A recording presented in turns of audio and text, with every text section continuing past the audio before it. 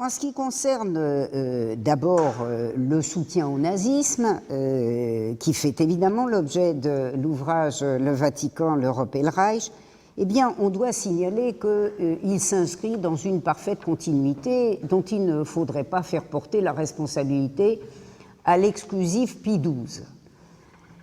puisqu'aussi bien Pie XII ou Pacelli a incarné, il est vrai, avec un zèle tout à fait remarquable, une politique qui est une politique vaticane et qui ne l'a pas attendue. La continuité est illustrée par lui-même, puisque c'est le nonce qu'en mai 1917, le chef du Zentrum, du Parti catholique, exige d'obtenir pour avoir un représentant pontifical particulièrement favorable à l'Allemagne. Il est connu comme tel. Il remplace un prédécesseur qui n'était pas défavorable à l'Allemagne, loin s'en faut, mais il montre ce qui n'est pas du tout connu en France. Alors il montre évidemment un enthousiasme pour l'Allemagne qui est extraordinaire. Rappelons d'ailleurs ce qui permettra d'emblée d'écarter l'aspect idéologique ou religieux, que cet amour pour l'Allemagne est un amour aussi vif que l'amour pour l'Autriche. On pourrait bien expliquer que l'amour pour l'Autriche est essentiellement de nature catholique, on ne peut pas le dire pour l'Allemagne, puisque vous le savez, l'Allemagne prussianisée est une Allemagne au début du XXe siècle, à plus de 60% protestante, et il n'a jamais existé au Vatican un ambassadeur dans la période considérée autre que protestant, ce qui est un des privilèges de l'Allemagne, puisque le Vatican, parfois, non seulement ne supporte pas les protestants, mais n'aime même pas les catholiques d'un pays catholique, et je fais notamment allusion à la France.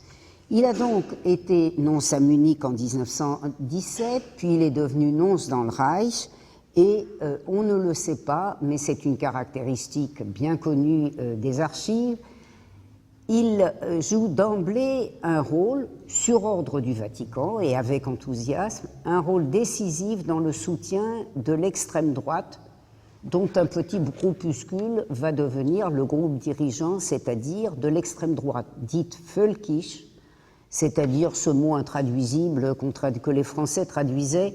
au début des années 1920 par raciste, et vous savez, cette conception du folk issu du sang, et évidemment à très forte composante ethnique, raciste, en un mot pan-germaniste. Et donc ces mouvements völkisch, dans lesquels, dès le début des années 1920, le NSDAP prend un rôle grandissant, eh bien, il en est considéré par le renseignement diplomatique et militaire comme le protecteur total, puisque dans une très grande complicité entre Berlin et Munich, alors que ce n'est pas le cas en apparence, en réalité, tous les putschistes,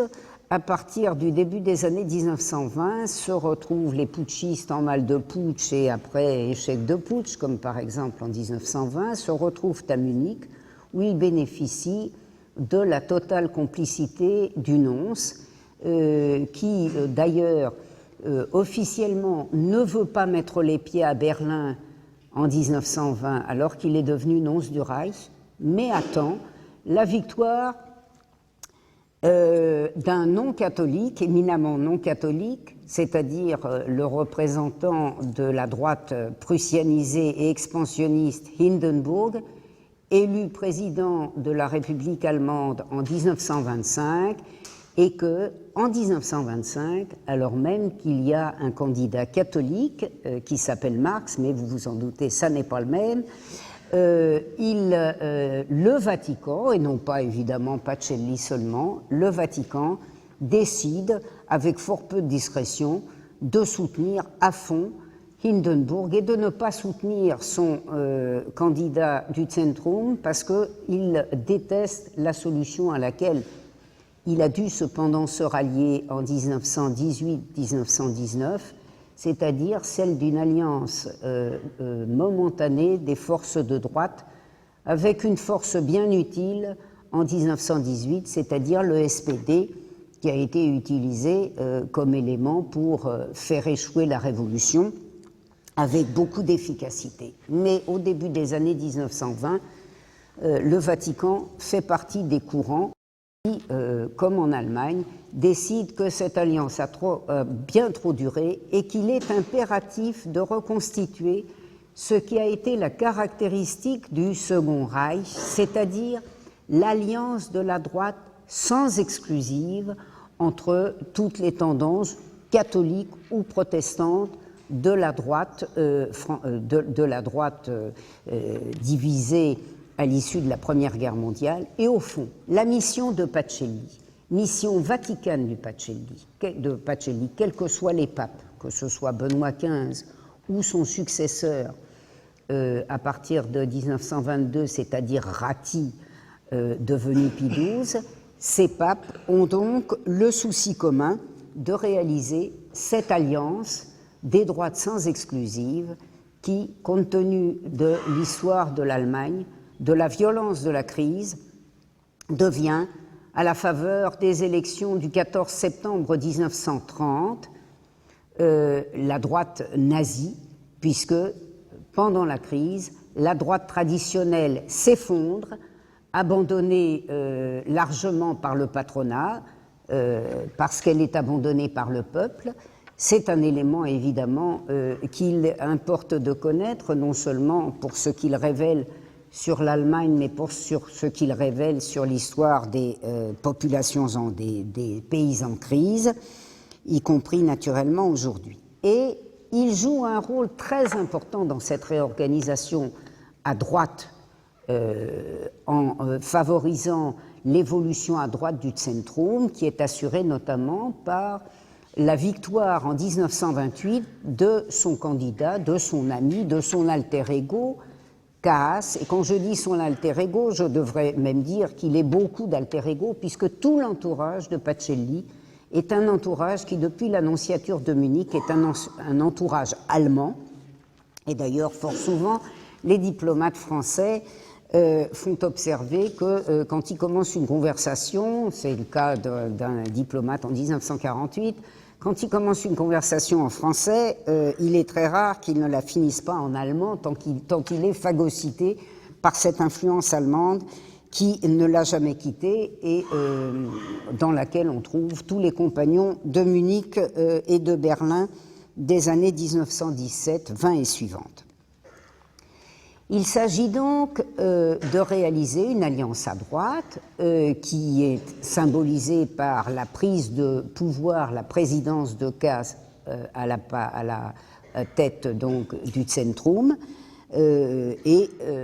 de réaliser ce qui se fait entre 1929 et 1933, c'est-à-dire la solution hitlérienne.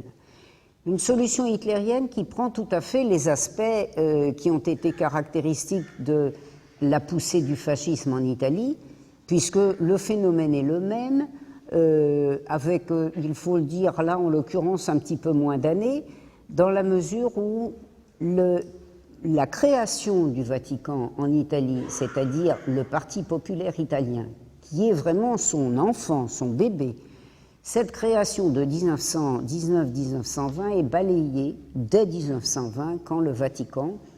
comme les classes dirigeantes italiennes, décide de se rallier à la solution qui lui paraît la meilleure, c'est-à-dire la solution fasciste, le PPI passant à la trappe devant les nécessités tactiques du moment. Eh bien, ça se fait de la même manière en Allemagne. Et mon ouvrage décrit un certain nombre des aspects, enfin certains des aspects de cette conquête hitlérienne du Vatican.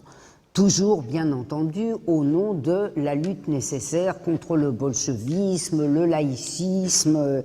et la peste de ces deux idéologies. Alors, on peut dire évidemment, quand on regarde bien l'histoire de l'Allemagne, que finalement, les classes dirigeantes allemandes et leurs expressions politiques n'ont pas vraiment besoin du Vatican pour faire le choix de la droite toute catégorie. Mais quand on regarde aussi l'histoire de l'Église romaine et notamment l'histoire de l'activité de Pacelli en Allemagne, on s'aperçoit de sa contribution éminente à la victoire nazie. Il faut le rappeler, la structure monarchique du Vatican fait que son rôle est éminent, évidemment, pour décider de la structure même des églises nationales. Et en vertu des concordats, le Vatican, ou pas en vertu des concordats d'ailleurs, évidemment, nomme les évêques. Il se trouve qu'en Allemagne, il nomme les évêques dans un parfait accord avec l'État, comme je le montre d'ailleurs pour toute la période traitée. Il n'y a jamais de désaccord. C'est-à-dire que le Vatican et l'État sont parfaitement d'accord sur le type de candidat nécessaire. Et lorsque Pacelli énonce, eh bien, ma foi, il entretient d'abondance l'épiscopat allemand en éléments les plus droitiers, les plus pangermanistes et les plus expansionnistes. Il continue à le faire quand il quitte l'Allemagne dans une situation dans un triomphe extraordinaire de toutes les forces les plus réactionnaires, catholiques ou protestants, pour l'escorter vers son ascension, c'est-à-dire d'abord son ascension de secrétaire d'État, sachant, il faut le mentionner, que dès 1920-1921, il est considéré comme le candidat de l'Allemagne à un tel point que les diplomates français le prévoient, je dis bien 1920-1921, non seulement comme un des prochains secrétaires d'État, ce qui sera le cas, mais même probablement comme un futur pape. C'est le cas au début de 1930 pour le poste de secrétaire d'État, c'est le cas pour le poste de pape en mars 1939. Et bien qu'il soit remplacé par un nonce aussi bien disposé vis-à-vis du Reich qu'il l'était lui-même, Orsenigo, il suit les affaires allemandes au jour le jour, bien entendu, de même que son pape, il faut le dire. Je vais faire d'ailleurs sur ce point une petite précision, parce que beaucoup de légendes courent sur le pape Ratti, le pape Pie XI. Et lorsqu'il est secrétaire d'État, il veille à ce que l'épiscopat demeure ce qu'il est, et en particulier, d'ailleurs, ces deux derniers évêques sont de véritables symboles, non seulement de l'orientation hitlérienne intérieure, mais de l'orientation allemande et hitlérienne extérieure en matière d'expansion. Je fais allusion ici à l'évêque de Berlin, évêque catholique dans une ville quasi entièrement protestante, Schreiber, qui sera un des parangons de l'expansion allemande à l'Est, et l'évêque qui est élu en vertu du concordat prussien de juin 1929, qui est élu donc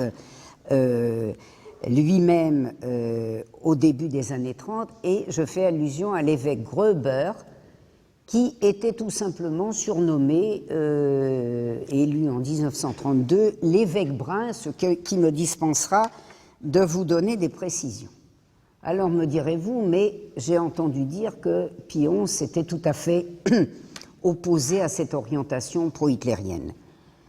Eh bien, Pie XI ne s'est pas opposé du tout.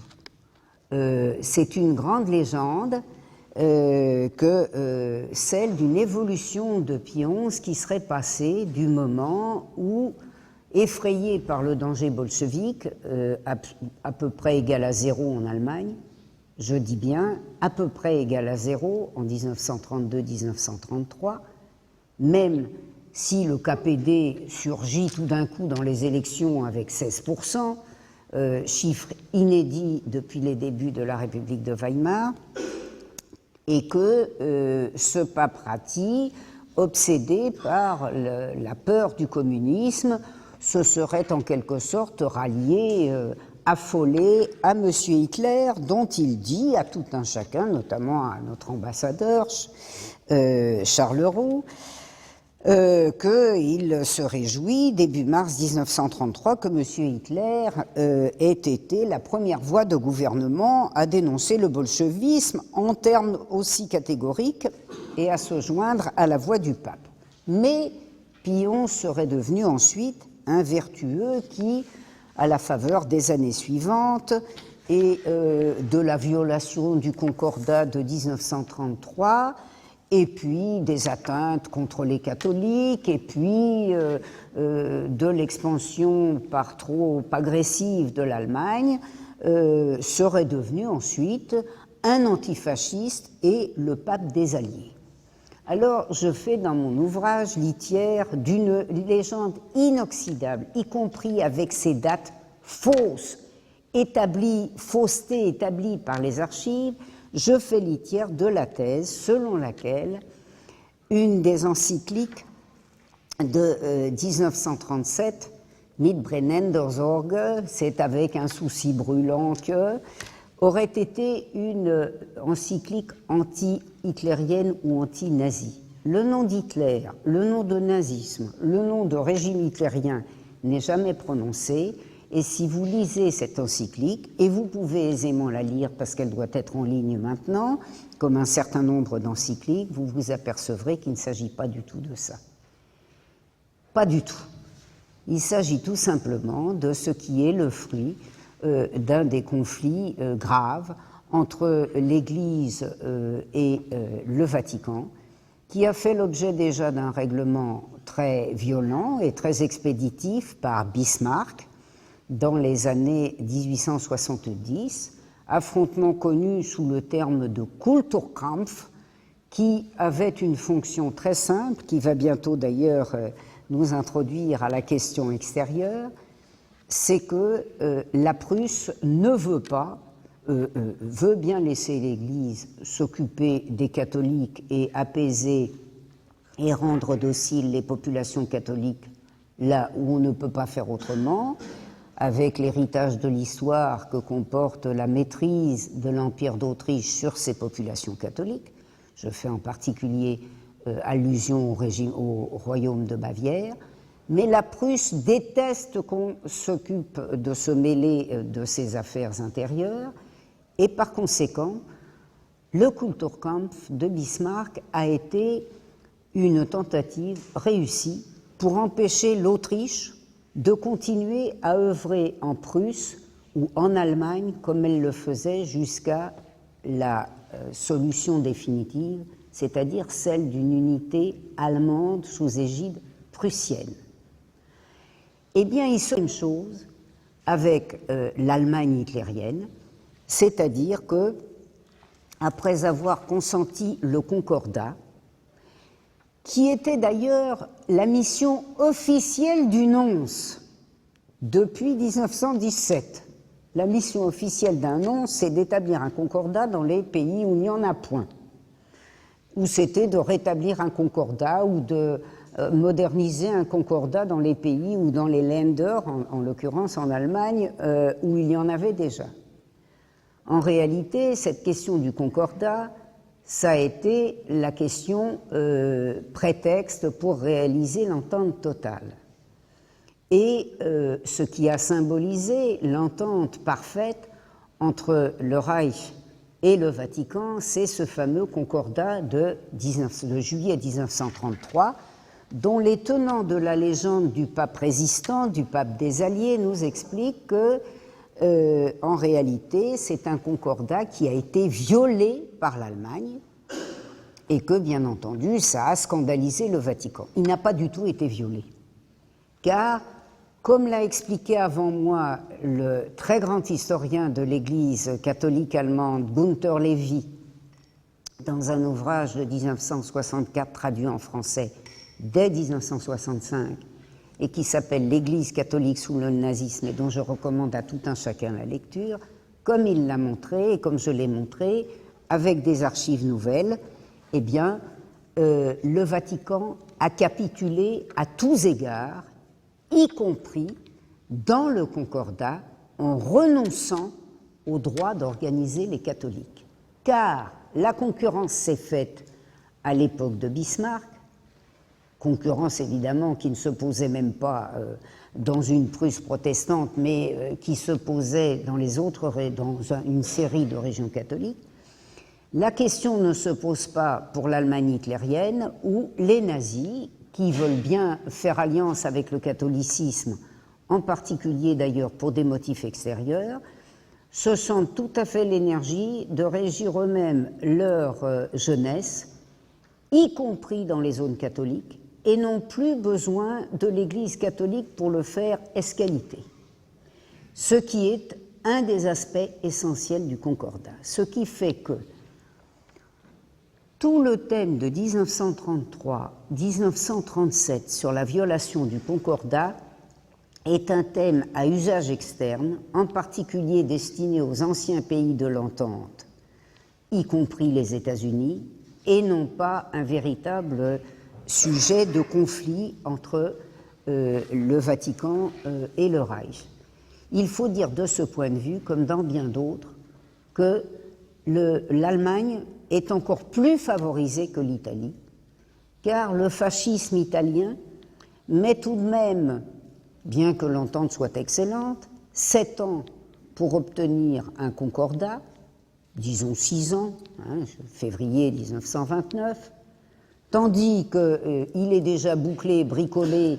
en 1933 avec le vieux complice du Zentrum von Papen, qui a été un élément essentiel de la tactique d'arrivée d'Hitler au pouvoir, et que, en fait, tout est réglé à ce moment-là, alors qu'il y a encore des conflits entre l'Italie et le Vatican, en particulier à l'époque de l'encyclique Non abbiamo bisogno, nous n'avons pas besoin, qui est un conflit de même type, alors que l'Italie réclame elle aussi le droit de faire régir sa jeunesse fasciste sans plus passer par le truchement de l'Église catholique. Eh bien, en fait, l'Allemagne l'a obtenu dès 1933, même si ça se fait officiellement entre 1934 et 1937. Ça se fait par des accords formels le 30 juin 1934, au lendemain même de la nuit des longs couteaux. Je vais en dire 2 mots, puisque à ce moment-là, les jeunesses catholiques sont, avec l'aval officiel du Vatican, intégrées à la Hitlerjugend, à la jeunesse hitlérienne, et ça se fait donc à la veille de ce qui est considéré comme une excellente initiative, puisque la nuit des longs couteaux a été considérée par tous les milieux les plus réactionnaires, Vatican compris, comme une excellente étape, et évidemment, grande bourgeoisie allemande et armée allemande comprise, comme une étape essentielle pour débarrasser le nazisme de ses scories gauchistes,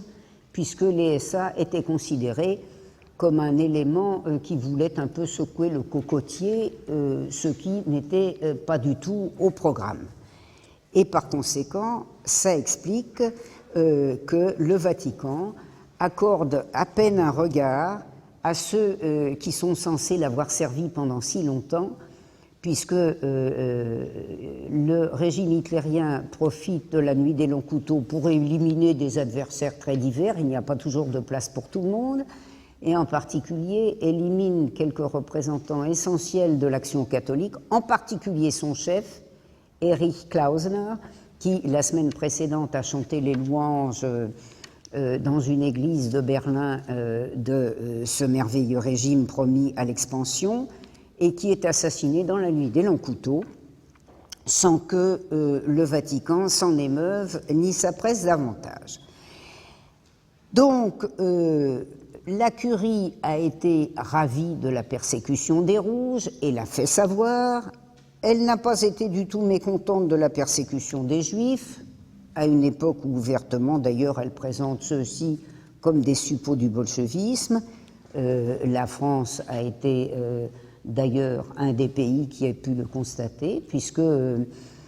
Pacelli et d'autres ont fait pression, mais Pacelli, escalité sur les évêques français, a fait une pression très nette, était-elle nécessaire,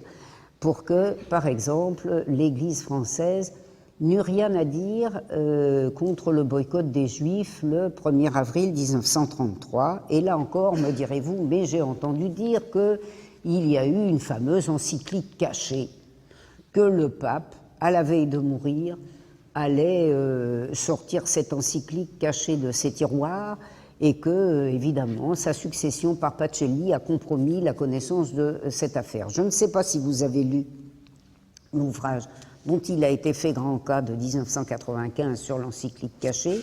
mais si vous l'avez lu, je pense que vous avez eu du mal à trouver le texte de l'encyclique parce qu'on ne le trouve pas. Il n'y est pas et Pacelli n'a pas eu à cacher ce qui n'aurait pas été une encyclique de combat. On peut cependant observer que de temps en temps, le vieux monsieur, comme disait l'ambassadeur du Reich auprès du Vatican, von Bergen, le vieux monsieur, quelquefois, faisait des observations, était particulièrement ou plus soucieux que Pacelli des réactions de l'ancienne entente et des États-Unis. Pacelli, pourtant particulièrement sensible à la carte américaine, c'est lui qui, en 1918, avait dit que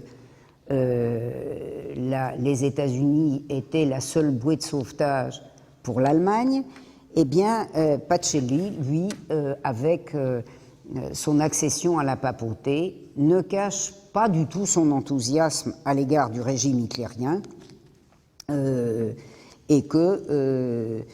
il est même très difficile de cacher cet enthousiasme en 1939, enfin on l'a caché à la population, ce qui est l'essentiel, à la population française notamment, pas à la population italienne évidemment, parce que ça n'était pas la mode alors, mais que dans les courriers diplomatiques, militaires, policiers, etc., on a tous les détails nécessaires. Je signale d'ailleurs, parce que c'est mal connu, mais là encore irréfutable, je signale que Pie XII n'a, comme le Vatican, mais lui, il incarne le Vatican évidemment à partir de mars 1939, n'a en matière intérieure allemande évidemment rien eu à dire de l'évolution du régime, rien eu à dire non plus de quelque chose qui concernait très directement l'Église, c'est-à-dire l'action T4. L'action qui consistait à supprimer les malades, les incurables, les vieillards inutiles, qui a tout de même fait en Allemagne seule, en Allemagne 70 000 victimes, qui a continué tranquillement après 1941 malgré les légendes,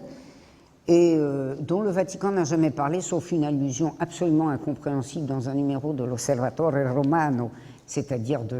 du quotidien officiel du Vatican, en 1942, il était temps, affaire qui concernait directement l'Église, et en particulier d'ailleurs l'Église allemande, puisque l'Église allemande, l'Église catholique, est impliquée à l'hôpital à un point tel, vous le savez, que le nom allemand pour infirmière, c'est Schwester. Et donc, poison, famine, gaz empoisonné, tout ça n'a pas compté beaucoup. Rien ne comptait en regard de ce que représentait l'Allemagne en matière de revanche contre Versailles. C'est-à-dire que l'Allemagne a représenté en quelque sorte le successeur total, sans aucune réserve,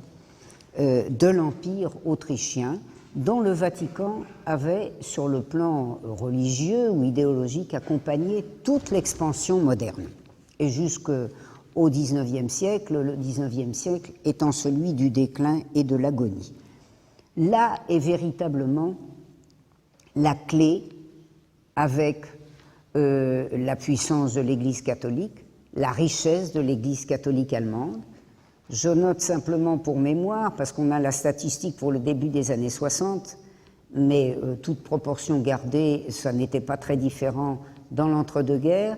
que le seul diocèse de Cologne, en 1963, représentait à lui seul plus que le denier de Saint-Pierre partout ailleurs.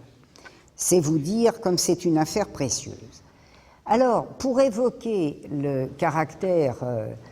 absolument sans réserve, sans condition du soutien du Vatican à l'Allemagne, y compris à l'Allemagne hitlérienne,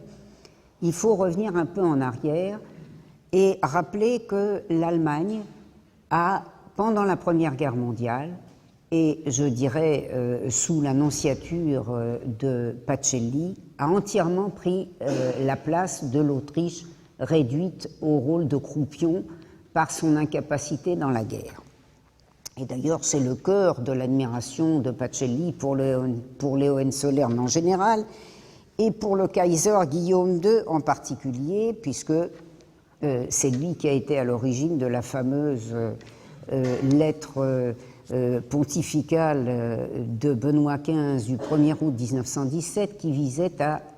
sauver l'Allemagne d'une déjà assurée sur le front occidental.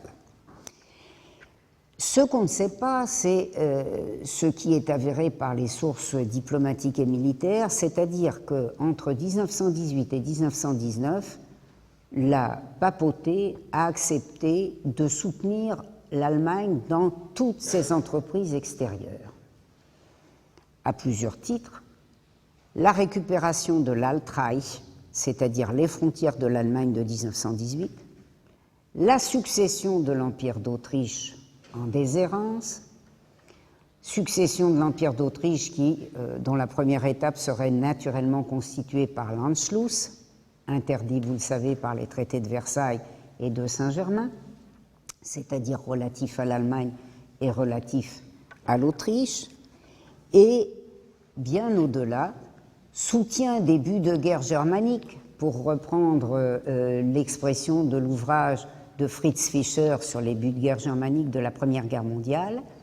soutien des buts de guerre germanique en tout lieu, à commencer évidemment par l'Est,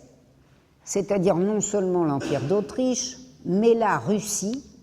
et en particulier ce qui avait été un des grands buts de guerre de l'Allemagne de la Première Guerre mondiale, l'expansion en Ukraine, dans les pays baltes et bien entendu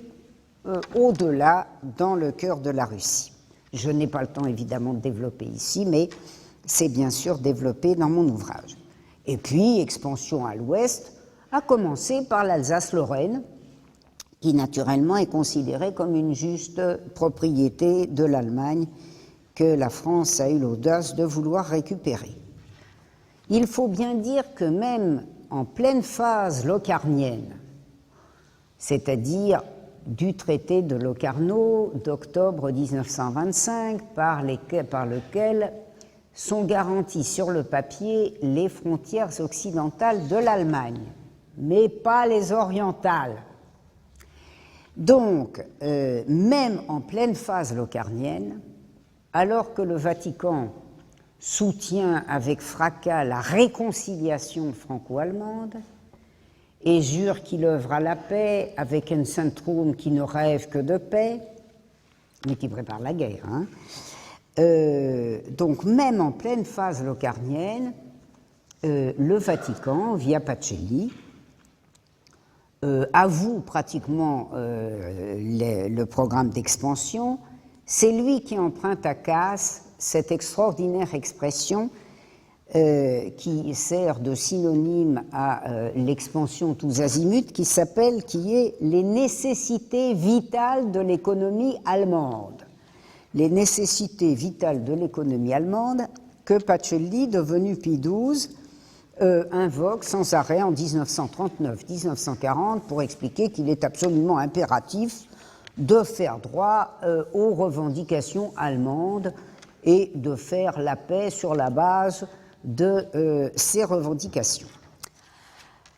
On me dira, mais qu'est-ce que l'Église romaine a à faire là-dedans? Eh bien, il faut se rappeler que l'Europe est catholique, très catholique, en Europe orientale même, dans une très grande partie, si catholique qu'on est catholique de la naissance à la mort, en passant par toutes les phases de la vie, et que quand l'Église est en cause, finalement, toute la population est en cause, et que donc la contribution des clercs à l'application du programme d'expansion est absolument essentielle. Elle est essentielle et évidemment, elle a pour sanction le maintien dans l'ensemble des territoires requis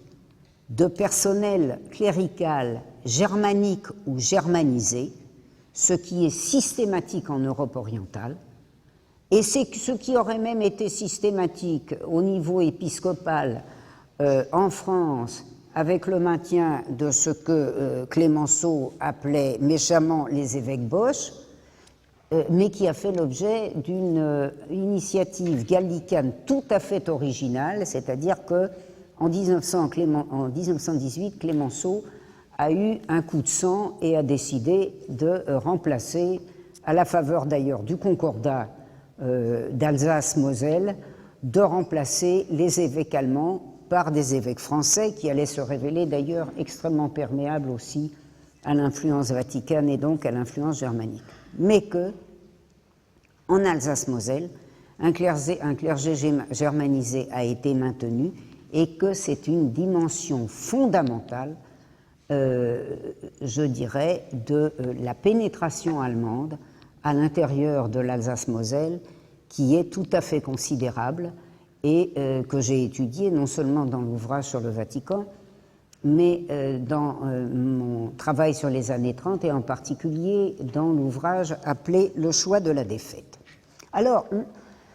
d'autres éléments, d'ailleurs inscrits dans les concordats, pour que vous voyez comment peut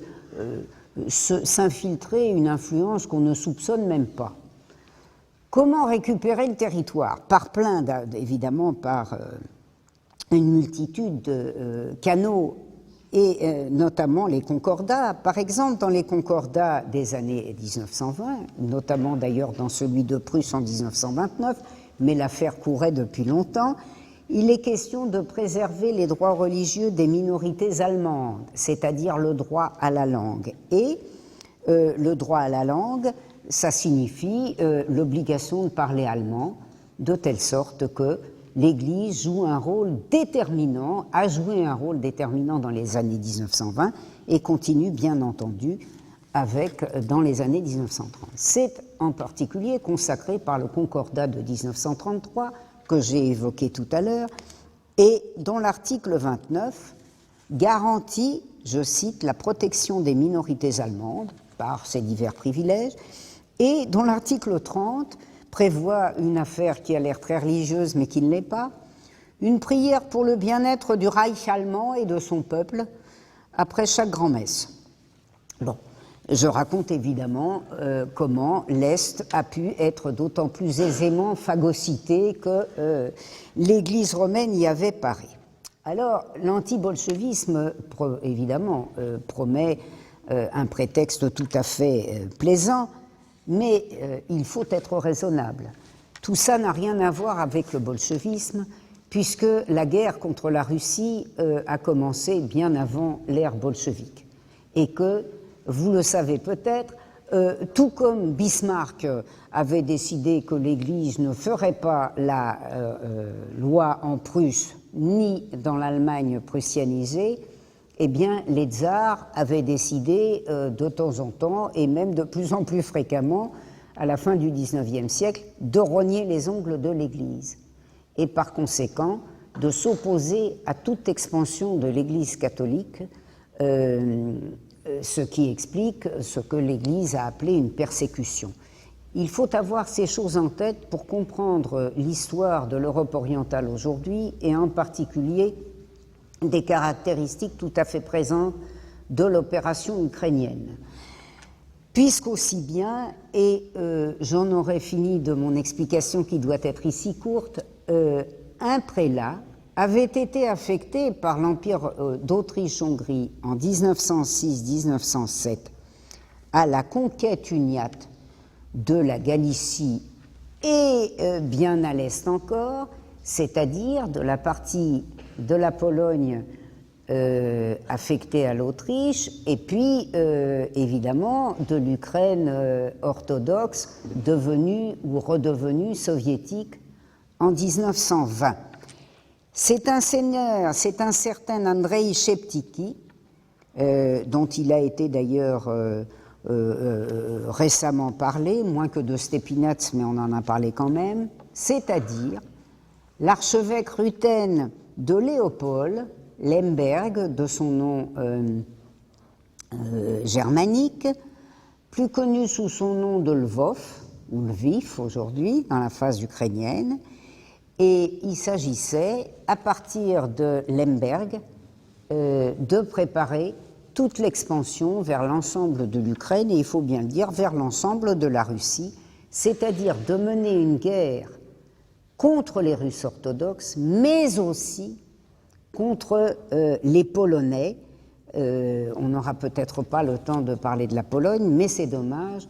parce que c'est une des catégories qui permettent de comprendre comment le catholicisme ne se confond pas avec la politique du Vatican, puisque je dois même vous dire que c'est un des éléments qui m'ont fait travailler sur le Vatican. Je n'arrivais pas à comprendre comment le Vatican pouvait être aussi hostile à la Pologne catholique, parce que plus catholique que la Pologne, c'est quand même délicat. Eh bien si, ça se fait, et depuis que la Pologne a été reconstituée, le Vatican s'est employé à ce qu'elle disparaisse. C'est le cas à partir de sa naissance à la fin de la Première Guerre mondiale, et ça n'a pas cessé depuis. Ce concordat du Reich, qui permet donc l'expansion par divers aspects, le permet de manière spécifique, je dirais, par non seulement ses articles officiels, ses articles publics, mais aussi par ses articles secrets. Il y en a deux. Le premier que connaissait très bien mon collègue Lévy, c'est-à-dire cet article qui prévoit la nomination d'un aumônier militaire général dans une Allemagne qui n'en a pas besoin, puisque Versailles lui interdit des effectifs plus que de 100 000 personnes destinées à établir l'ordre intérieur. Mais il y en a un que Lévy ne connaissait pas et que m'a permis de connaître la documentation diplomatique. C'est un article qui prévoit l'expansion partagée. L'Allemagne conquérera, le Vatican catholicisera. Et qu'est-ce qui catholicisera en particulier? L'Ukraine. Sans préjudice du reste, et en particulier d'ailleurs, des colonies que l'Allemagne a perdues à la suite de la défaite et donc du traité de Versailles, puisque, et j'emprunte la remarque d'ailleurs à von Bergen lui-même, c'est-à-dire à l'ambassadeur du Reich auprès du Vatican, c'est lui-même qui fait observer que une des motivations essentielles de Mitbrennender-Sorge de mars 1937, la première des encycliques et non pas la deuxième des encycliques et non pas la première, qui est une encyclique anti-bolchevique qui utilise communisme et URSS à toutes les pages, c'est-à-dire Divini Redemptoris. Donc ce Mitbrennender-Sorge a été écrit, explique Bergen, parce que c'était un des moyens de tenir en respect ou de duper l'ancienne entente, les Français et les Anglais, qui se plaignaient amèrement du retour en force des missionnaires allemands dans l'ensemble des colonies allemandes perdues, interdits évidemment par Versailles, mais à l'égard desquels les apaiseurs anglais et français un peu moins, il faut le dire, étaient plutôt coulants, de telle sorte que cette espèce d'apparente colère contre l'Allemagne s'est produite à un moment où il fallait montrer que le Vatican observait une certaine fermeté. Alors, il est inutile de préciser à quel point le Vatican a couvert l'expansion allemande, dite expansion du temps de paix, qu'il avait personnellement par clerc interposé, favorisé par tous les moyens possibles, que je décris par le menu dans le Vatican, l'Europe et le Reich. Je n'en signalerai qu'un aspect, c'est l'espèce de délire de joie du Vatican, exprimé par un de ses vrais porte-parole, comme le dit très bien Canet, le responsable français gallican des affaires vaticanes au Quai d'Orsay. Louis Canet explique que la Civiltà Cattolica, la revue jésuite, est le vrai porte-parole du Vatican, dont l'Osservatore Romano n'est qu'un petit écho adouci. Et lorsque une des créatures de la France, c'est comme ça que Pie XI les appelle, les pays alliés de la France, c'est-à-dire de la petite entente, les anciens États successeurs, la Yougoslavie, la Tchécoslovaquie, la Roumanie, eh bien, un des pays à la mort duquel le Vatican a contribué avec le plus d'enthousiasme a été la Tchécoslovaquie. Et lorsque la Tchécoslovaquie meurt,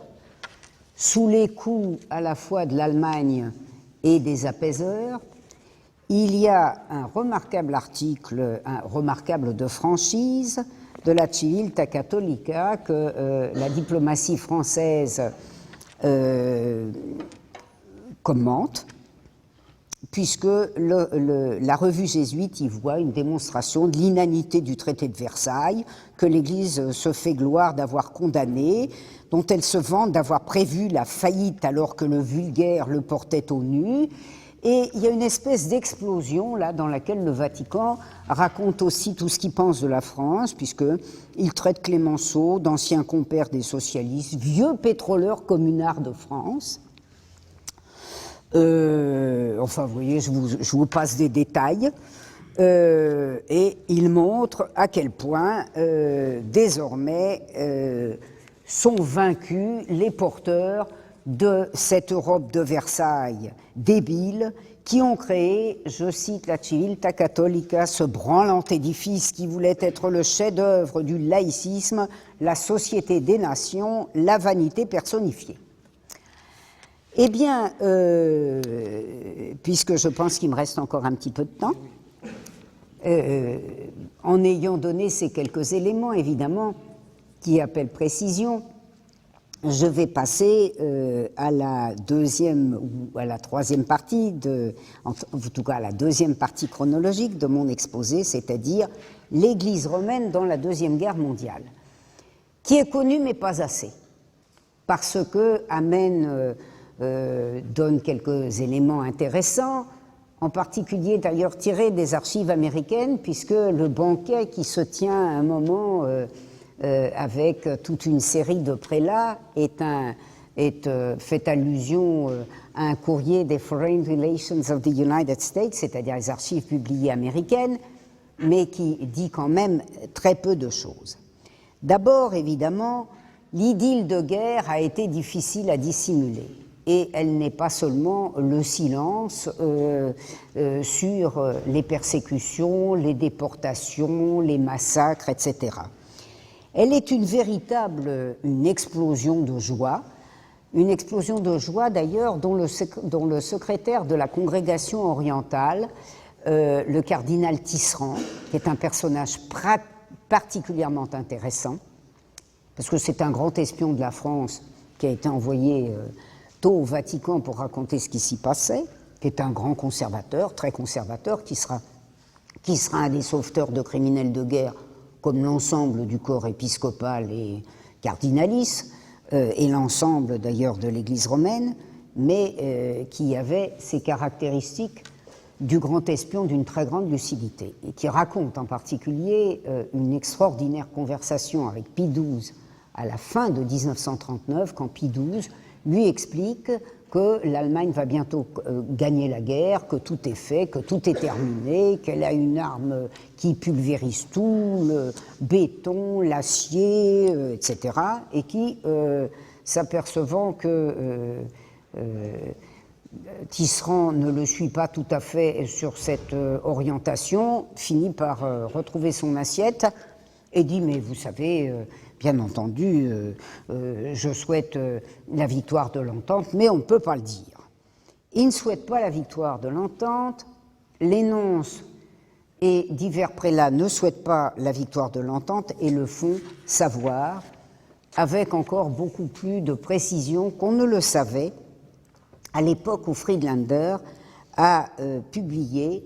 son très remarquable ouvrage que certains d'entre vous ont peut-être lu, qui s'appelle Pie XII et le Troisième Reich, qui a été publié, si je ne m'abuse, oui, au Seuil en 1964,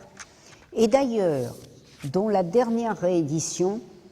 témoigne de la fragilité de certains chercheurs devant la très grande offensive cléricale de ces dernières années ou de ces 20 dernières années. Puisqu'il a fait, et je présume que si vous achetez aujourd'hui, si vous voyez aujourd'hui l'ouvrage, c'est cette édition que vous verrez, il a fait un ouvrage qui s'appelle, une réédition, pardon, qui s'appelle, donc l'ouvrage s'appelle toujours Pie XII et le Troisième Reich, et la nouvelle édition s'appelle, titre suivi de Pie XII et l'extermination des Juifs, un réexamen. Et je considère que le réexamen est un réexamen tout à fait critiquable, puisqu'on sort de la perspective qui était la sienne à l'époque de la rédaction de 1964, qui consistait en une vision critique de textes d'archives allemands. Là, on est, je dirais, dans l'hypothèse psychologisante. A-t-il compris? N'a-t-il pas compris? Je rassure tout un chacun sur la remarquable acuité de l'intelligence, en tout cas à cette époque de Pie XII, qui avait tout compris, très bien compris, qui ne laissait à cet égard aucune équivoque. Et j'ai d'ailleurs dans un ouvrage que vous trouvez, dans un article que vous trouverez sur mon site, qui s'appelle « Les carences de l'histoire cléricale de l'Église romaine », l'exemple de la Deuxième Guerre mondiale, donc vous le trouverez facilement dans la rubrique articles, vous verrez à quel point l'offensive de l'Église romaine a été considérable et à quel point elle a eu une influence très forte dans une conjoncture de plus en plus droitière, générale, en Europe et ailleurs, et comment cette offensive a bloqué certains auteurs, y compris donc le remarquable Friedlander. Alors, dans les années 1960, et même un peu avant, beaucoup avaient remarqué à quel point l'Allemagne avait reçu le soutien du Vatican dans toutes ses œuvres. En particulier, un ouvrage bien connu, qui a été un ouvrage tabou au début à sa publication, dans les difficultés de sa publication, c'est-à-dire l'œuvre quasiment définitive d'Hilberg, qui s'appelle « La destruction des Juifs d'Europe », et qui est devenu, vous le savez, un énorme succès de librairie. Toutes les possibilités sont ouvertes, voyez, aux chercheurs en difficulté, parce qu'il faut quand même rappeler que Hilberg s'est quasiment ruiné en 1959 pour faire publier sa thèse dont personne ne voulait aux États-Unis. Et il y fait observer que le personnel clérical a été particulièrement impliqué dans l'opération à l'est de l'Europe. Il faut le dire, le personnel clérical oriental a été impliqué de manière permanente dans la mise en œuvre des nécessités vitales de l'économie allemande. Alors, énormément d'exemples en sont connus, il faut le dire. Beaucoup d'études restent à faire sur l'Europe occidentale, pour une raison très simple, qui a tenu à la conjoncture d'après 1945, c'est-à-dire que, après 1945, les archives cléricales ou les archives d'État, qui se confondaient parfois, ont été largement ouvertes dans les pays de la sphère soviétique, parce que ces pays de la sphère soviétique ont été confrontés à une telle offensive de l'Église romaine qu'ils ont fini par sortir des dossiers entre, disons, 1947-1948 et même 1952 en Yougoslavie, où pourtant Tito avait montré une très très grande patience, de telle sorte qu'on a connu l'activité des clercs d'Europe orientale. Je signalerai à cet égard, évidemment, ce qui est bien connu, c'est-à-dire la participation au massacre, la participation à toutes les opérations, qui est bien connue, évidemment, avec les opérations menées par la division Galicia, utilisée directement par la Wehrmacht pour assurer la guerre en Russie, mais c'est vrai de tous les clergés, en particulier, beaucoup d'études ont été d'ores et déjà faites sur le cas yougoslave, c'est-à-dire le cas de la Croatie, qui est une espèce de laboratoire de ce qui s'est fait de manière générale. Ça s'est fait dans le clergé oriental partout. Mais là, on dispose de travaux, et on dispose même de vieux travaux, puisque un catholique italien, qui a eu beaucoup de mal d'ailleurs à se faire publier, qui s'appelle Carlo Falconi, avait montré, à l'aide de l'exemple de la Yougoslavie et de l'exemple de la Pologne, à quel point Pie XII s'était engagé dans le soutien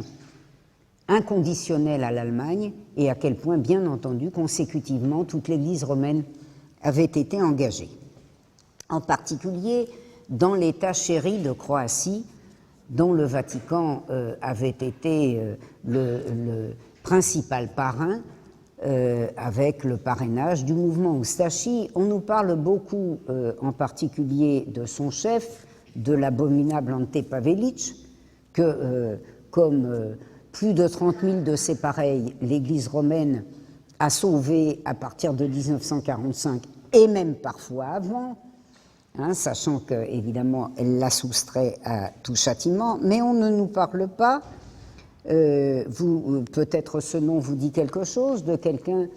qui a fait l'objet de grandes opérations à la faveur d'opérations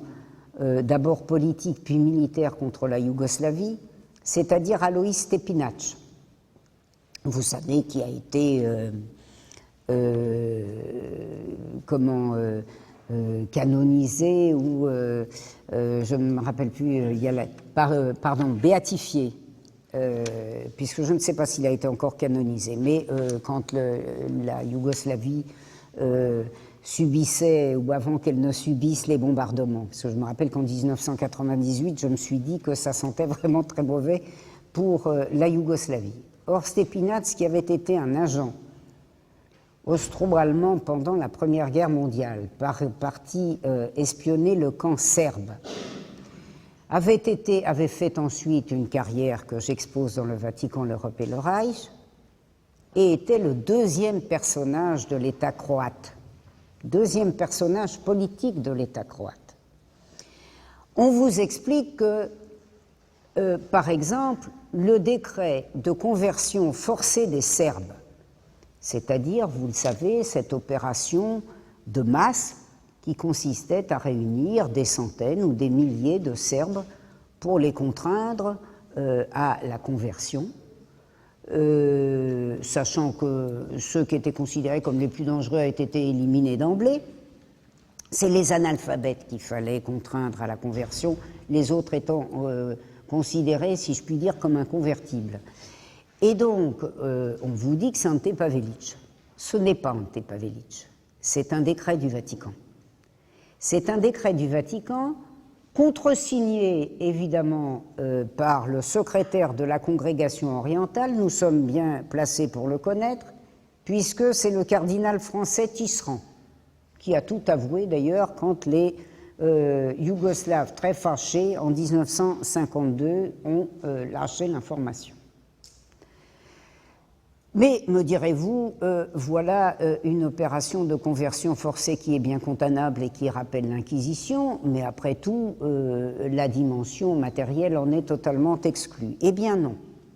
car on connaît, grâce à la libération des archives dont je vous ai parlé, postérieure à 1947, on connaît d'autres aspects particulièrement notables en Croatie, mais pas exclusifs, pas propres à la Croatie. C'est que l'Église romaine ne s'est pas contentée de mettre ses clercs, et en particulier les franciscains, comme massacreurs en chef des camps de concentration, en particulier du camp de concentration de Jasenovac, dont d'ailleurs, je dirais, dans l'historiographie négationniste des dernières décennies, les effectifs de morts se sont réduits comme peau de chagrin. On était à des centaines de milliers de morts, on sera bientôt à 5000. J'ai vu récemment 80 000. Bon. Donc d'un côté, les franciscains ont massacré,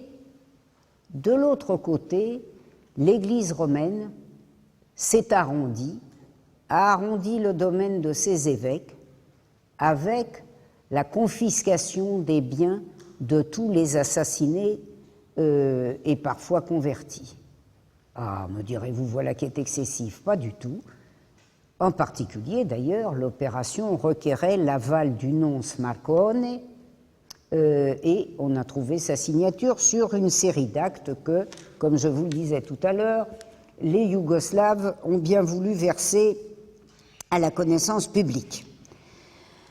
Eh bien, il en a été de même partout. Le sort de la Pologne a été tel d'ailleurs que la protection allemande en Pologne, l'adhésion à la prise totale de la Pologne et au traitement de la Pologne a été telle, avec consigne à l'épiscopat de soutenir l'occupant, que ça a failli, notamment en 1942, provoquer un véritable schisme dans l'Église polonaise, mais il est vrai qu'en Pologne, il y avait une possibilité toujours d'entente considérable qui était de se retourner contre le dos des Russes, ce qui s'est fait, il faut bien le dire, sans difficulté aucune, surtout à partir de la victoire soviétique de Stalingrad. Donc, une opération de soutien qui est très bien connue en Europe orientale, mais qui n'a pas été moindre en Europe occidentale, qui n'a pas été moindre contre l'Angleterre, et évidemment un Vatican qui a été à la fois fort lucide et fort mari de l'évolution de la guerre. Il avait officiellement prévu que l'affreux régime bolchevique s'effondrerait en 3 semaines. Comme il est admirablement renseigné, mieux renseigné que n'importe quelle institution, il faut lui rendre cette justice que c'est dès l'été 1941 que le Vatican a admis et déploré que la guerre soit bientôt gagnée par les Russes. Je vous cite cet entretien rapporté tout début septembre, qui date peut-être de la fin août, mais compte tenu de ce que je connais de la chronologie de la prévision de la défaite allemande, je suis persuadé qu'il y a des documents antérieurs à août 1941 au Vatican. Moi, je ne les ai pas vus. Mais Tardini, un des 2 personnages les plus importants de la secrétairerie d'État, celui qui est chargé des affaires intérieures, a une discussion avec l'ambassadeur de Vichy au Vatican, Léon Bérard, et on est en août 1941, je ne me trompe pas de date, et il lui dit que, compte tenu de l'évolution des choses, Staline serait appelé à organiser la paix de concert avec Churchill et Roosevelt, puisqu'il serait difficile d'exclure l'allié moscovite qui aurait apporté une contribution décisive à la victoire commune. Évidemment, le Vatican, et c'est caractéristique d'ailleurs de toutes les guerres mondiales, le Vatican, qui soutient l'Allemagne partout où il le peut, qui le soutient par le diocèse et bien autrement, le soutient évidemment dans la perspective de la défaite. Pacelli, qui a été celui qui en janvier 1918 disait que les États-Unis étaient la seule bouée de sauvetage de l'Allemagne en perdition et contrainte à la défaite, a pratiqué la même tactique avec la Deuxième Guerre mondiale. Il faut savoir d'ailleurs à quel point, même dans la tactique de l'Église romaine, la Deuxième Guerre mondiale ressemble à la Première Guerre mondiale, malgré les apparentes différences, évidemment, dues au fait que la Russie soit devenue soviétique. Et un des moyens d'action est délicat jusqu'en 1942, parce que jusqu'en 1942, les États-Unis sont encore dans la phase de conflit, de pression très forte d'ailleurs sur le Vatican, puisqu'on menace de lui couper la caisse, ce qui est très fâcheux, le Vatican ayant exporté toute une partie de ses fonds vers les États-Unis, mais les choses finissent par s'arranger très bien, puisque Pie XII cède et que ça aboutit à une encyclique dans laquelle il dit qu'il aime bien le peuple russe et que jamais il n'a souhaité de misère au peuple russe, il n'en a fait qu'au bolchevisme. Par contre, à partir de 1942, et ayant compris très vite à quel point la victoire était exclue, puisque j'ai dit que c'était le cas dès l'été 1941, à partir de 1942, le Vatican œuvre directement à ce qui va représenter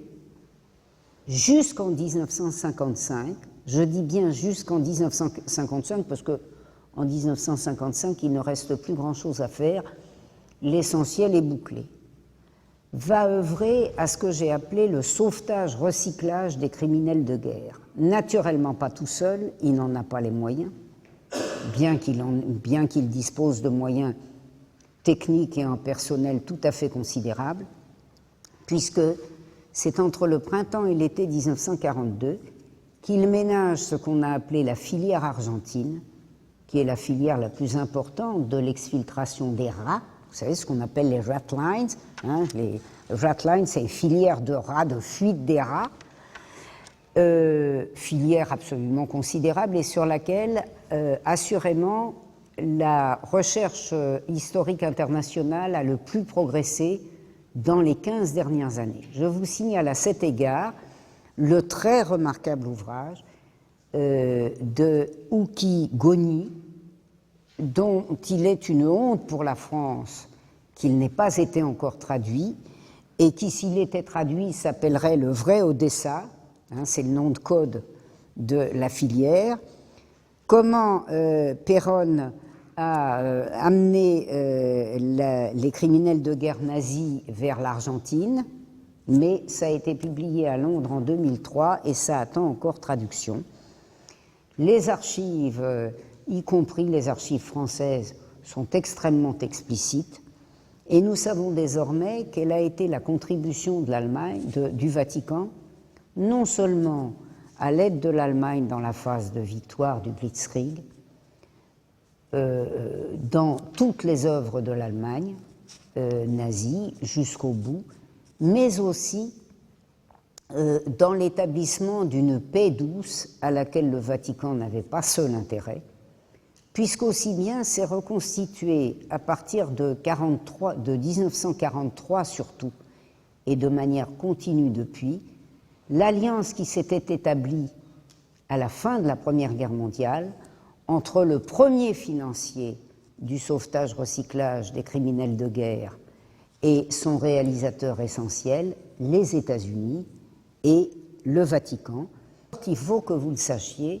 que tout ce qui a circulé, y compris sous forme de documentaires très rarement diffusés en France ou à des heures tellement tardives que la quasi-totalité du public n'a pas pu en bénéficier, tout ceci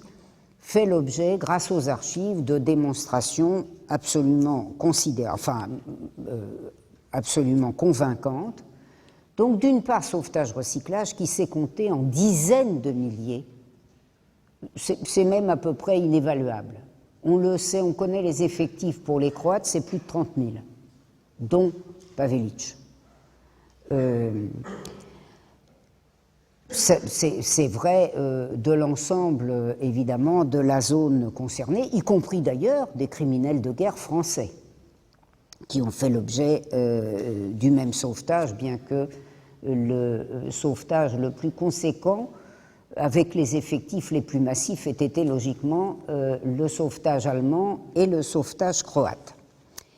Et autre aspect qui a correspondu, bien entendu, aux intérêts des États-Unis, tous les efforts qu'on peut suivre par les sources et qui parfois d'ailleurs apparaissaient dans le discours public de Pie XII pour éviter à l'Allemagne les conditions de la capitulation sans condition. Et il faut le dire, je ne peux pas le traiter dans ce cadre parce qu'il faut tout de même que je vous laisse un moment de questions et d'intervention et puis aussi le plaisir de